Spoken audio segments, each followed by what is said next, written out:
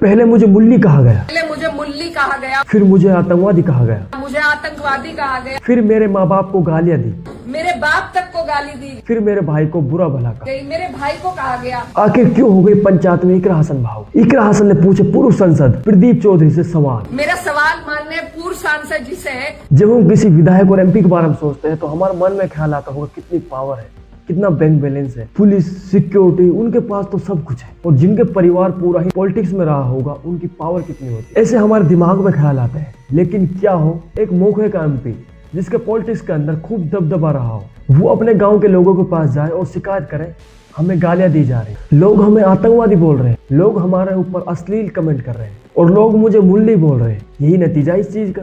यहाँ पर ऐसा ही हुआ। कैराना से सांसद इकरा हसन तब से लोकसभा के चुनाव हुए हैं, तब से न्यूज में छाई रहती है।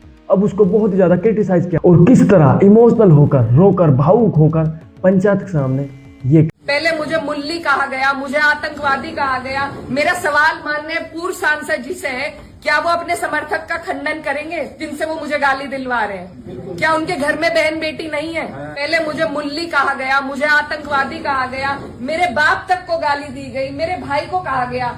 जो लोग ये पूछते हैं कि मेवात वालों को माफ कर दिया था और उसे क्यों नहीं माफ किया, उन्हें मैं ये बताना चाहती हूँ कि ये पहली घटना नहीं है। और सीधी सीधी जो गंदी गालियां दी गई हैं, वो सिर्फ मेरे नहीं लगी, मुझे नहीं फर्क पड़ता, लेकिन जो संदेश समाज में जा रहा है। और मुझे खुद कप्तान साहब का फोन आया कि आप तहरीर भिजवाइए, मैंने नहीं उन्हें करा, वो भी आज यहीं पे है, कोई भी जाके उनसे ये बात पूछ सकता है।